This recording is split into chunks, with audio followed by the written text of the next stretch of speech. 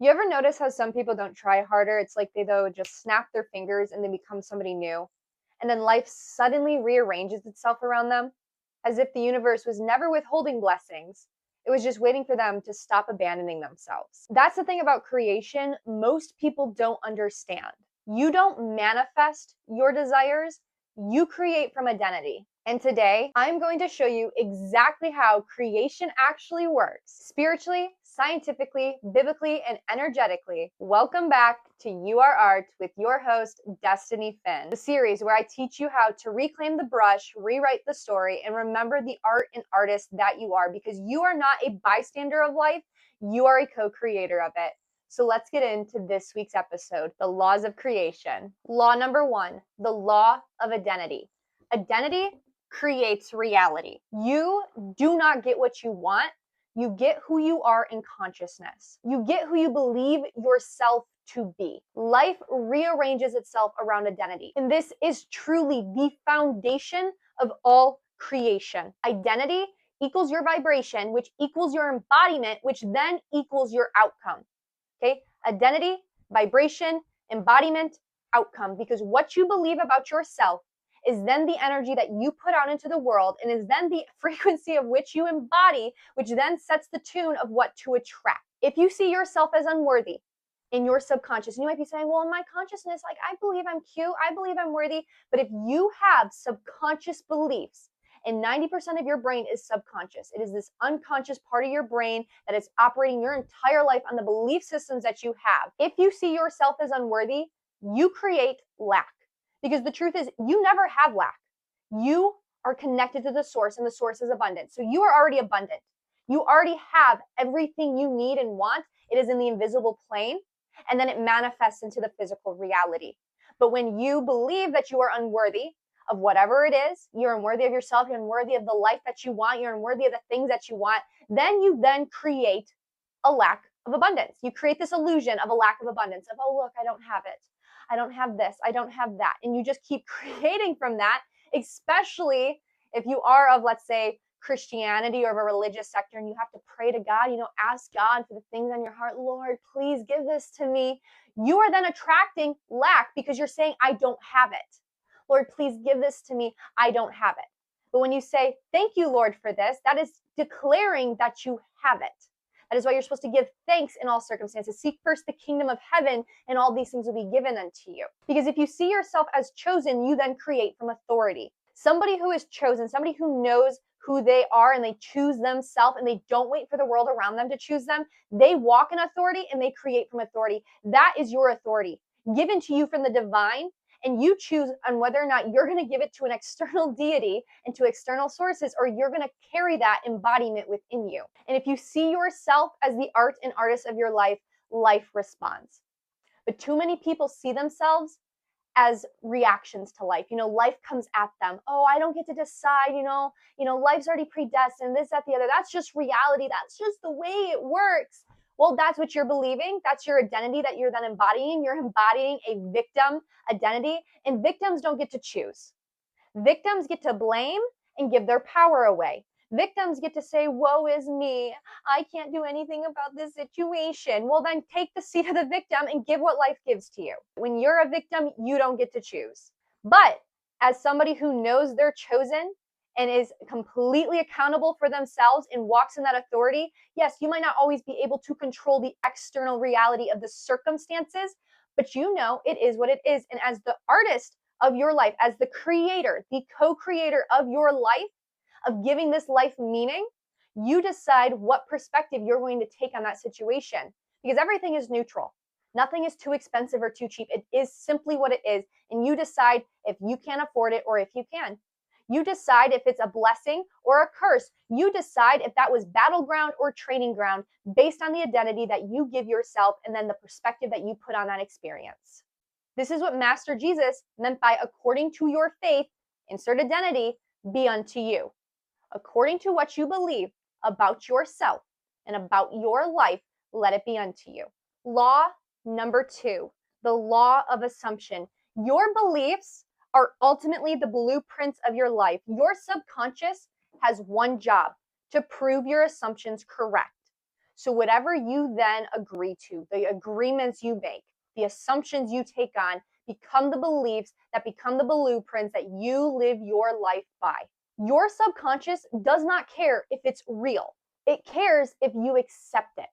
So this beautiful brain, this canvas, you get to decide what to paint on it. You get to decide in this basically of a computer what programs you are going to put in. So whatever beliefs you decide, they will be the ones that then run your life. So if you don't like how your life's looking around, you need to ask yourself, what beliefs am I currently having about this experience? What beliefs do I have about myself, about my life, about my family, about my job, about money, about relationships, about religion, about the world around me? And why do I believe these things to be true?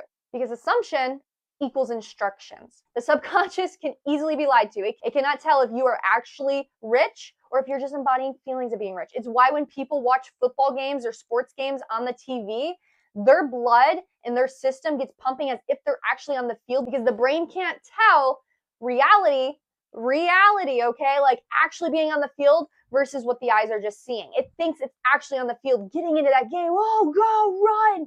You're experiencing the same thing. They also did a study about people who would go to the gym every day and work out and people who would just visualize working out.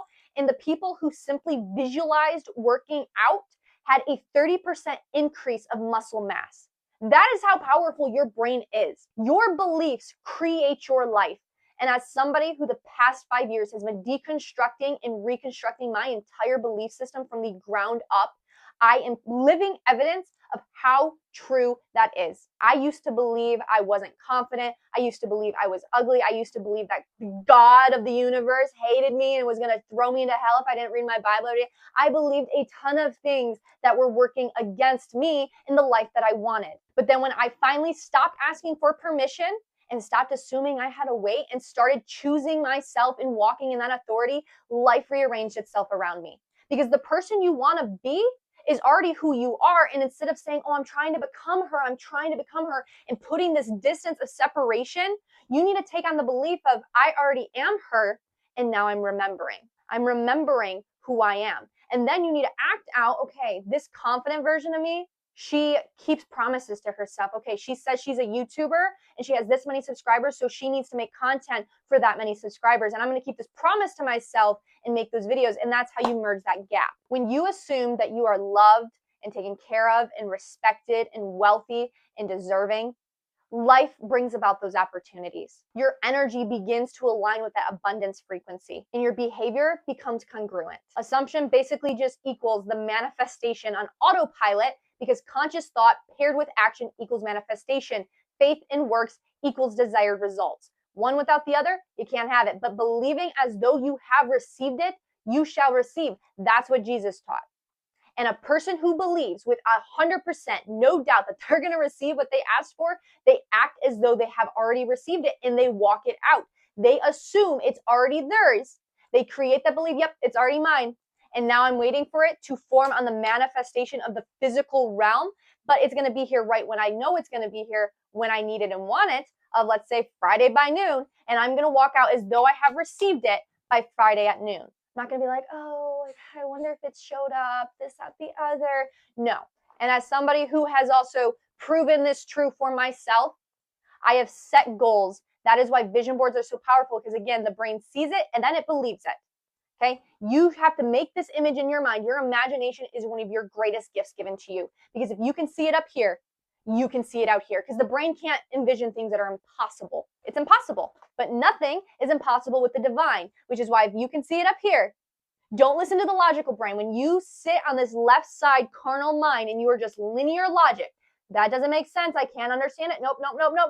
Then it's never going to make sense. But when you walk out in faith, when you cast your nets to the right side, when you think with the higher creative mind and you're intuitive and trusting your gut and listening to that word of God, that eternal, alive, and unchanging word, that wisdom, it will speak to you and tell you how to go and what to do. This is what I want. Okay, do this. Because your word is a light onto your path. And when you start walking by that and you trust your gut and you trust yourself and you believe that the higher consciousness is guiding you, this divine infinite intelligence, this source is guiding you, then it plays out. And I'm living proof of that as well. Law number 3, The law of awareness. What you focus on expands. What you focus your awareness on, what you train your RAS system, okay, this reticulating activating system, that thing in your brain, what you train it to focus on, it will expand. And what you withdraw your focus from will dissolve. So if you want to focus on all these things of like, oh, I'm going to constantly judge these people for this, or I'm going to constantly, oh, I hate when this happens, and you're just constantly focusing on it, then it's going to find more of that to bring into your life because it's like, oh, you like that. Okay, I'm going to put out that frequency for more of that. And that's when you stop judging people and you don't focus on the BS that you don't want in your life. It dissolves and then you don't have to worry about it. It's literally a non-existent problem. Don't think about what you don't want.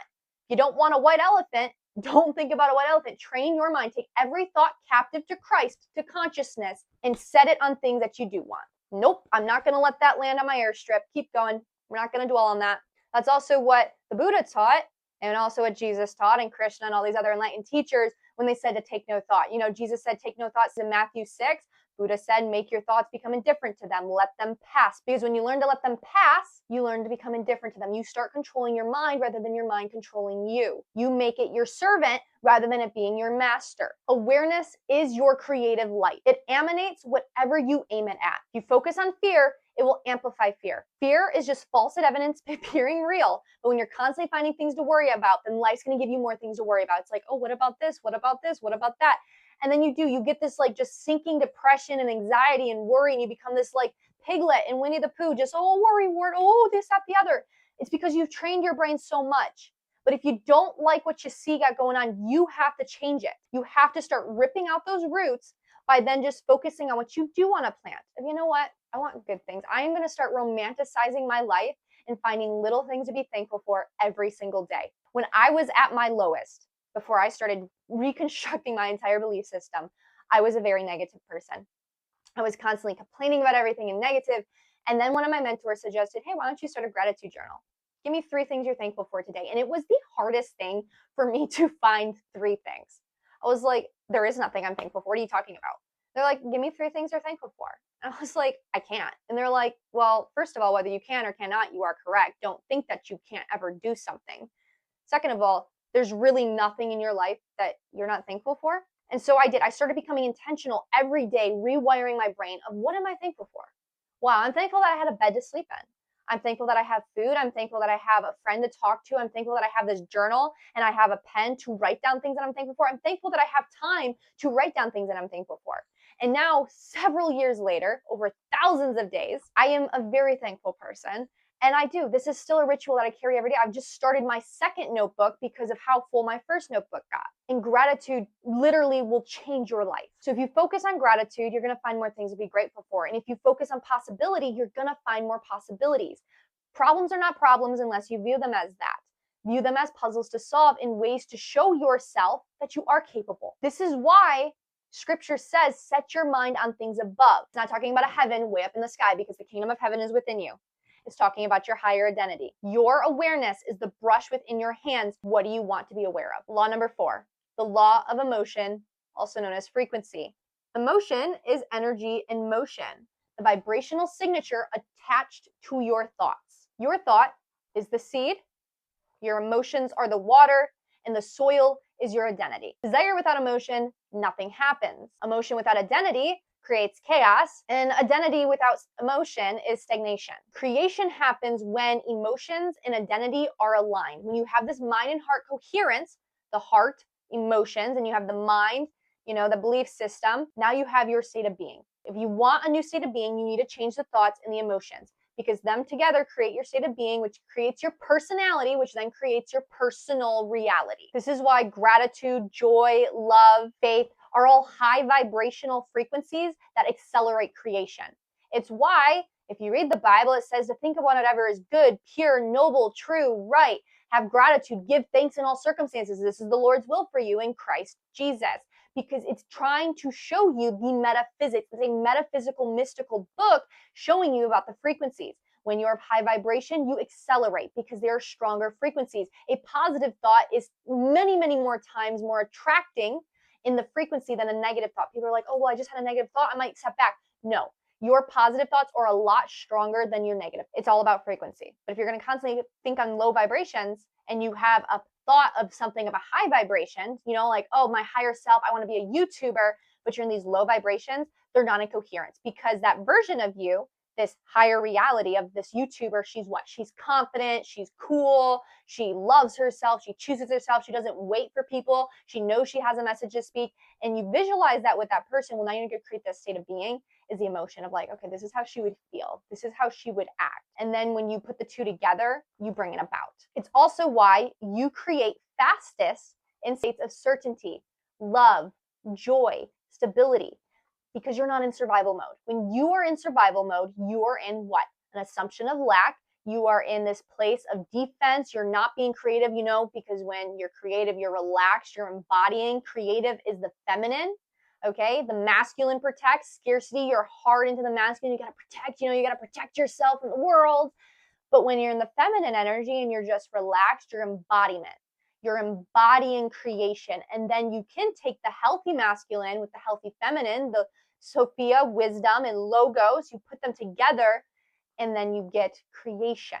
But you need to have both in harmony. And when one is out of harmony, you're either super emotional or you're super ego and controlling and protective.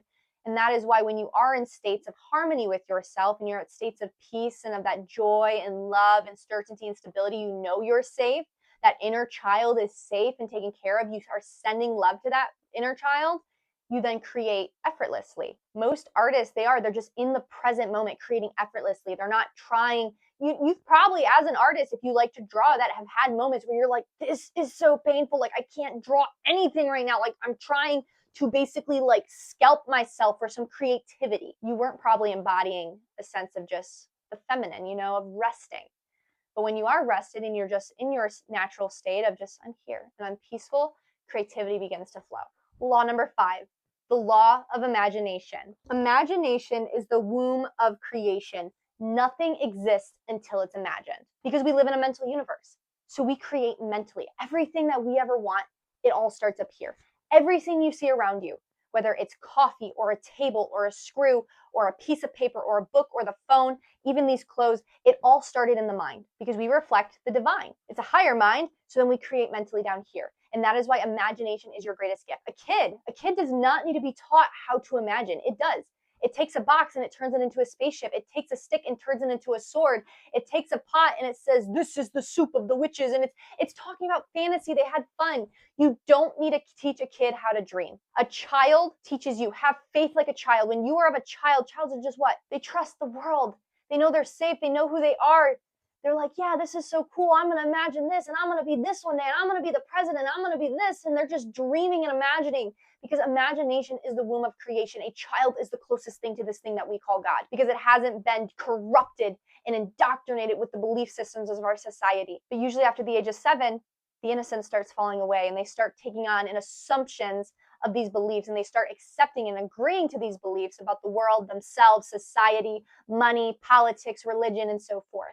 But imagination is the womb of creation. You want to start creating, start dreaming again. Give yourself permission to dream. Everything you want already exists in the quantum field of potential. Your imagination is what collapses it into form. It already exists in the invisible, but by the visible, that is how the invisible is proven, because the invisible becomes visible. You are a spirit who then has this form of a body. Everything is energy. Energy to then matter. What you see, this matter, this eraser, this pen of a marker, it is just energy that has been condensed down, light frequencies that have slowed down into condensed forms of energy to create matter. It's why when you die, this avatar of a body you're wearing, it will go back to dust and it'll go back into the energy field, because energy can only be changed around, but it cannot be created or destroyed. If you lift up a rock, I am there. If you split a piece of wood, I am there, because consciousness is in everything. Energy is everything.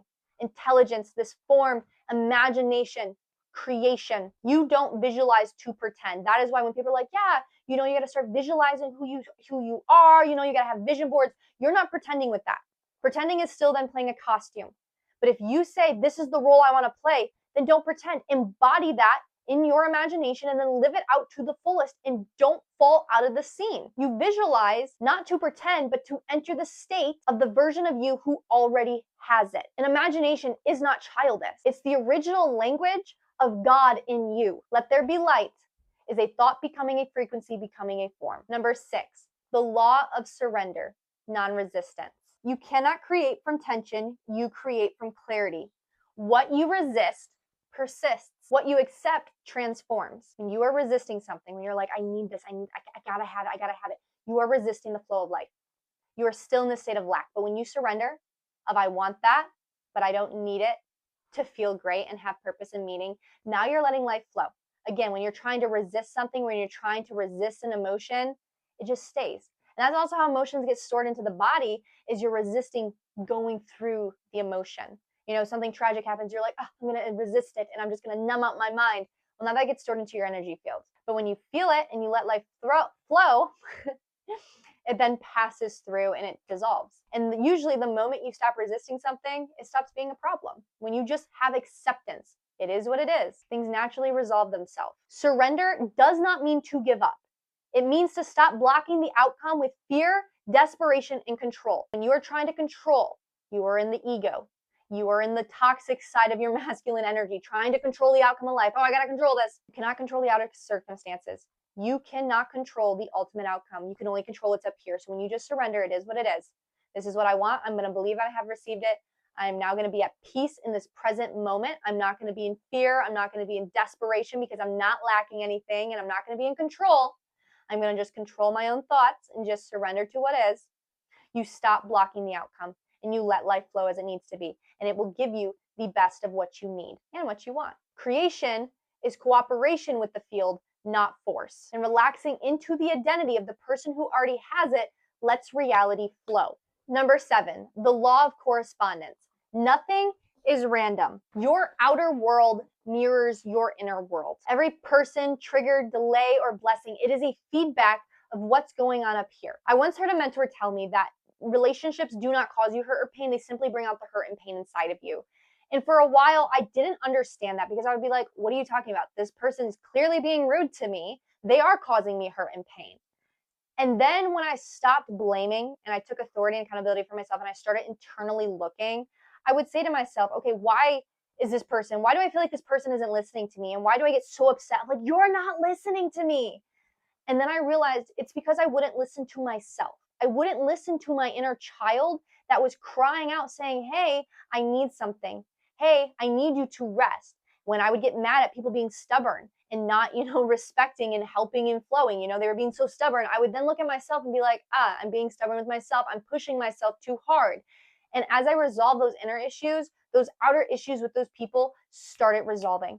And I went back to having the peaceful flow of those relationships because nothing is random. Everything is a reflection of your inner world. It's a reflection of your self-concept, your belief, your nervous system, your emotional set point, your identity. And if you want a new outcome, you've got to change the inner template. This is why Jesus talked about the kingdom of God is within you, because creation begins within you. Right now, here today, what do you want to see in your outer world and what needs to still be resolved in this inner world? Think of yourself as a cup of water, and whatever in this water, when life starts trying to poke the buttons, it's going to stir it inside. So whatever in this cup of water, it's going to see if you're reactive. So don't be reactive to life, okay? That's externally sourcing. You are the one that controls the outcome. So when somebody's trying to push your buttons, oh yeah, you're so stupid, you're so dumb, this, that, the other, whatever, you can shoot your mouth off back at them reactively, or you can say, I'm not going to entertain this with my energy, and keep your energy focused on what you do want. Pay no attention, because creation begins with you. And before, every culture talks about this, before there's a blessing, there's going to be testing. The Kabbalah teaches that Hasatan, Satan, will test you because it's the adversary. It's a political military position, and that's also the name of Satan in the Bible, Hasatan. It's adversary, okay? It's this friction. Because think of like your life as a soccer game. If you're supposed to get to that end goal and you're getting closer to that goal of scoring that ball into the goal, life's going to start reacting, putting some friction. How bad do you want this? It's ultimately pushing you towards your higher self. But instead we like to blame, oh, I didn't get to it because of Satan. Satan really tested me. No, you just ended up being reactive to life and not fighting past it to get to the goal. That is how life works. Don't be reactive to life. Life comes from you, not at you. Being reactive as life coming at you, that's on the survival defense mode. That's scarcity. But abundance knows life comes from me. I am connected to the source. I am a co-creator of my life. Law number 8, the law of embodiment. It's the moment you stop wishing and start being. You got to walk like it's already true, because embodiment is creation's accelerator. You become it when you behave like it.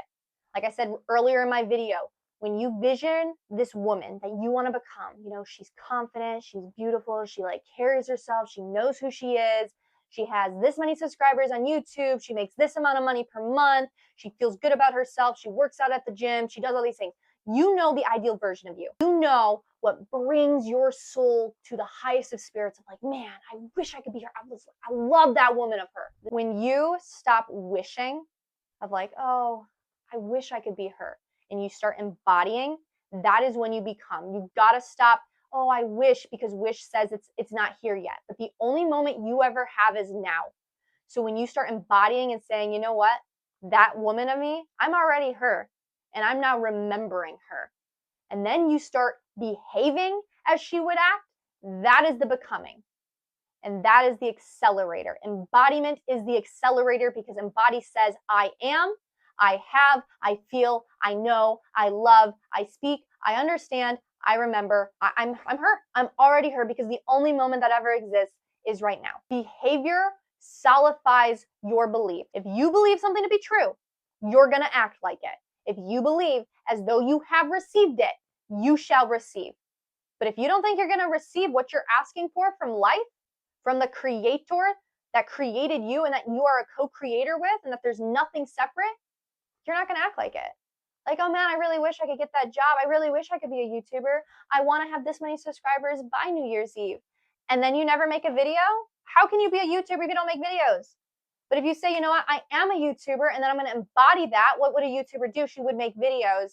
Now you're behaving as though it, and then it's becoming. Embodiment is the bridge between the spiritual and the physical, between the invisible and the visible. Embodiment is that bridge. The wealthy version of you handles money differently. The loved version of you speaks differently. The chosen version of you carries herself differently. The creative version of you moves decisively. The abundant version of you lives in gratitude and certainty. Walking in the identity as though you are already it before you see it in this outer mental reality is the key of creation. Because when you walk in the identity of who that version is, of what that person has, the version of you that has it, before you see the physical result, but you have it up here, that is your creative authority. That is your gift. This is why faith is described as evidence of things not seen, because faith is embodiment without the physical proof. And that's why faith needs the works, because faith is the evidence of things not seen. You see it up here though. You see it with this eye before you see it with these eyes. And then the works is your embodiment of, you know what, this is how that person would behave. I'm going to act and behave as that person. Law number 9, the law of reciprocity, aka the law of return. Everything you send out in thought, in emotion, in action, and belief returns multiplied. Why? Because life is a mirror, not a judge. Love given is love returned. Attention given is attention returned. Self-worth held is opportunities that match it. Fear fed is what fear grows. Certainty emitted, breakthrough collapses in. Identity owned, reality rearranges itself. Life is a mirror. What you put out will come back to you. And that is why the Bible makes it so very clear. Above all else, put on charity, put on agape love. Because when you are of gratitude and you are of generosity, generosity berserks generosity, when you give, you realize that you have enough, and then it just keeps attracting more. But if you say, oh, I don't have enough, not me, I'm not rich yet, so I can't give out that money, well, then life's going to respond as, yeah, then you're never going to be rich because you're not giving out anything. Energy, money is energy. It's a tool. It's meant to flow. It's not meant to stay stagnant. And when you are flowing and you are letting life flow, you know that money is a tool to be used to constantly keep flowing. The rich and the wealthy always have their money flowing. It is not just sitting in a sinking savings fund. That is the difference between a rich mindset and a poor mindset, is they know life must flow and that it needs to be put out so it can come back. Every dollar I spend comes back to me in tenfold. That is my belief. And because I have that belief, I see that happening in my life. Master Jesus, he taught that example. He loved abundantly. He was also fully present and authentic in himself. He didn't have anything to prove. So what better way to honor the source of love than to love everything around you and to love yourself? To love your neighbor as yourself. What a better way to honor the source of your being than to be fully present in this moment and embody who you are to the fullest by being authentic. And that is third, to live this life to the fullest. You have been given this beautiful life, this life that you get to decide the meaning that it has. So what kind of meaning do you want it to have? What do you want to send out into the world to then receive back? That's also known as karma. What you give out comes back to you. That is why the Lord says, be still and I shall fight for you. Because when you're still, when somebody hurts you, you don't got to hurt them back, because when you send out that hate towards them, then that's going to come back to you. But when somebody hurts you and you're just like, you know what, I love you and I forgive you. I see you, I'm not going to react to you.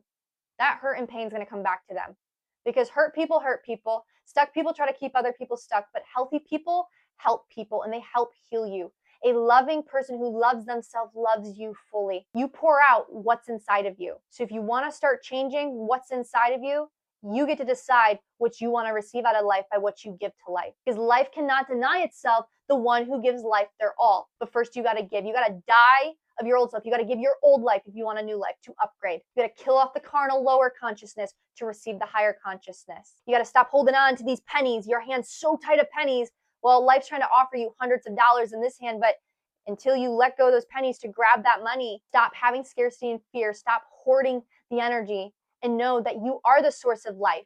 Okay, you are connected to the prism of the source of life, and life flows from you. You don't have to chase or hoard love. You don't have to chase and hoard generosity. You don't have to chase and hoard gratitude. You can pour that out endlessly. You can love people. You can tell them, hey, you're beautiful today.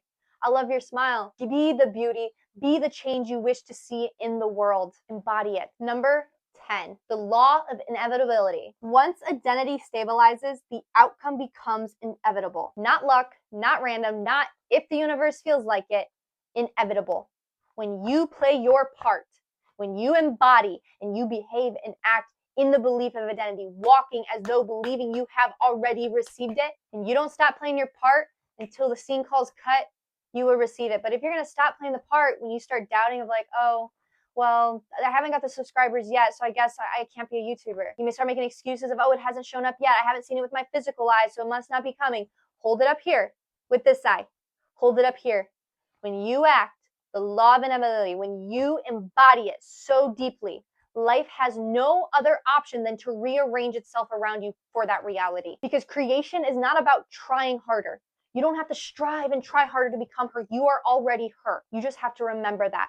Embody it. Play that part. Act as though she would act. Embody that belief. Create that new state of being with that emotion and that feeling. Because creation is, again, not about trying harder. It's about becoming the version of you for whom the result is non-negotiable. When your identity is locked, your frequency is stable, your behavior is aligned, your assumption is solid, reality conforms. Reality, the state of being, the state of which things are perceived. And your reality can change if you change your belief in everything up here. But in order to get a new personal reality of what you're experiencing out of life and a new state of being, you got to create that first. And everything starts in here, because then it goes into the outer world around you. This is how timelines collapse and how one quantum jumps to a next timeline. And this is how miracles become normal. So let's recap on the short version. If you want to create something, ask yourself, 1, who am I being? That is your identity. 2, what am I assuming? That is your belief. 3, what frequency am I on? Those are your emotions. 4, what am I imagining? That is your vision. See the vision, grab the vision, and run with the vision. That is what the Bible says to do. Do it. Because when you have the vision, it is becoming real. It is already real up here, and now you're just embodying it and running with it out in the outer world around you. 5, what am I embodying? Again, that's your action. When you see the vision, you got to run with it. You got to take action. 6, what am I resisting? What blockages, what limiting beliefs do you still have in this energy field of yours? 7, what does my life mirror back to me? That is feedback. Those are the clues. Because you are not waiting on the universe. You are not waiting on life.